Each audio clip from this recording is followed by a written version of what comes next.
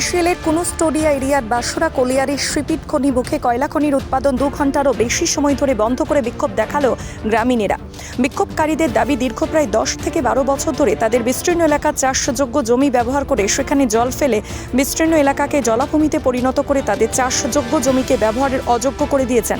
এরূপ প্রায় 50 একর জমি নষ্ট হয়ে গিয়েছে বলেই দাবি করে বহুবারের মতো এবারও বিক্ষোভ আন্দোলনে সামিল হলেন গ্রামীণেরা।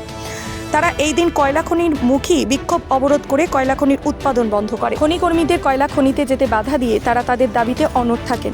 দীর্ঘক্ষণ তারা কয়লা খনির এজেন্টকে ঘেরাও করে বিক্ষোভ দেখালে ঘটনার পরিস্থিতির সামাল দিতে পাঞ্জাবি মোড় ফাঁড়ির পুলিশ ঘটনাস্থলে পৌঁছে বিক্ষোভকারীদের আশ্বস্ত করেন। যদিও সে আশ্বাসেও গ্রামবাসীরা তাদের দাবিতে অনড় থাকেন। এরপরই পরিস্থিতি জটিল হয়ে ওঠায় ঘটনাস্থলে এসে পৌঁছান ইসরায়েলের পুরুষুরিয়া এরিয়ার এসডিএম জগন্নাথ ঘোষ। তিনি এদিন বিক্ষোভকারীদের মাঝে এসে এই ঘটনা নিয়ে তারা বিস্তারিত তথ্য সংগ্রহ করেছেন বলেই জানান দিয়ে এই সমস্যার সমাধানের 7 দিনের মধ্যেই করা হবে বলে আশ্বাস দিলে তাদের বিক্ষোভ তুলে নেন। যদিও বিক্ষোভকারীরা জানিয়ে দেন 7 দিনের মধ্যে দাবি পূরণ না হলে আগামীতে আরও বড় আন্দোলনে নামবেন তারা। আজকে আমাদের এখানে জমি আছে প্রায় 150 বিঘা। সেই জায়গাটা আজকে 10 বছর ধরে ইসিএল একদম ডুবিয়ে রেখেছে। 10 থেকে 12 ফুট জল, সেটা আমাদের ভালো চাষযোগ্য জমি ছিল। সেখানে আমাদের চাষ হতো, আমাদের পরিবারগুলো সব চলতো।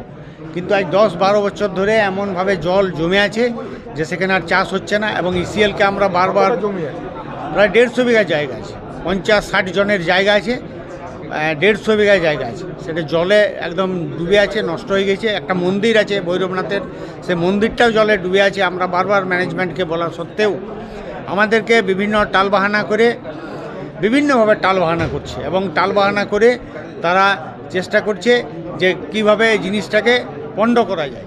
আমাদের যে গ্রামবাসীদের জমি, সেই চাষযোগ্য জমি আমাদের ইসিএল কর্তৃপক্ষ জল জমি রেখেছে দীর্ঘ 8-10 বছর থেকে। সেই জমিতে আমাদের চাষাবাদ হতো, উর্বর জমি। সেই জমিতে কোনো চাষাবাদ এখন হচ্ছে না। 8-10 বছর থেকে আমাদের জমিগুলো এমনি জলে ঢাকা আছে। ইভেন একটা মন্দিরও এখানে আছে, ভৈরবনাথের মন্দির, সেটাও জলমগ্ন হয়ে আছে। আমরা বারবার ইসিএলকে বলার পরেও ইসিএল কোনো কর্ণপাত করেনি। অনেকবার আমরা চিঠি দিয়েছি ইসিএলকে, তাও ইসিএল কোনো কর্ণপাত করেনি। আমরা যার কারণে আজকে পুরো গ্রামবাসী মিলে সিপিটে প্রোডাকশনের জন্য 2 ঘন্টা বন্ধ করতে গেছিলাম।